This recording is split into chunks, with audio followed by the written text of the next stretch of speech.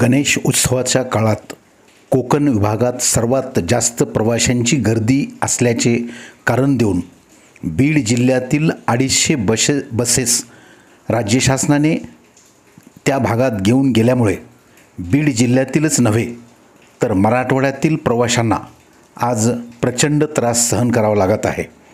ST. महामंडळाच्या कर्मचाऱ्यांनी काही दिवसापूर्वी चक्काजाम आंदोलन केले होते. राज्य सरकारने एनकेन प्रकारे हा संप सुद्धा मोडीत काढला.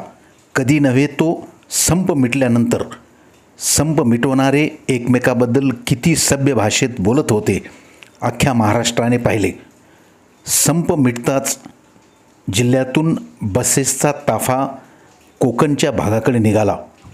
आज अंबाजोगाई बसस्थानकावरील रात्री 8 वाजताच्या सुमाराचे सदरील हे चित्र होते. बसस्टँडमध्ये शेकडो प्रवासी बसची वाट पाहत होते. मात्र एकही बस येत नव्हती. इतर वाहनाचा आवाज आला तरी प्रवासी त्या रस्त्याकडे पाहत होते. ही प्रवाशांची होत असलेली कुचंबनेला कोण जबाबदार? ही समस्या लोकप्रतिनिधींनी शासनाकडे मांडावयास हवी. मान्य आहे, 4 दिवस कोकण भागामध्ये प्रवासी जास्त आहेत म्हणून तिकडे बसेस घेऊन जातात. मग 250 बसेस नसल्यामुळे बीड जिल्ह्यातील अनेक शासकीय कर्मचारी अधिकारी प्रवाशांनी कोणत्या वाहनाने प्रवास करायचा असा प्रश्न प्रवाशांना पडला आहे. विशेष म्हणजे जादा बसेसची मागणी कोकण भागातील लोकप्रतिनिधींनी शासनाकडे केली. त्यामुळे शासनाने हा निर्णय घेतला.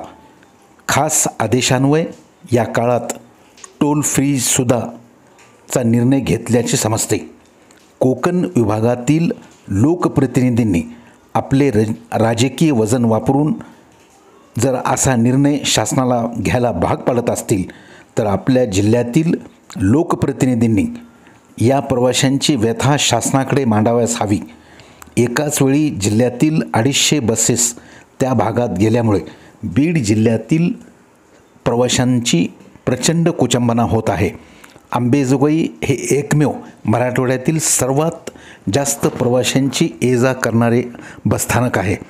आज या बसस्थानकामध्ये दिवसभर शेकडो प्रवासी अडकून पडले आहेत. या संदर्भात कोणी याची दखल घेणार आहे का नाही असाही प्रवाशामधून सवाल केला जात आहे. बघूया आता शासन प्रशासन कोण याकडे पाहते की नाही.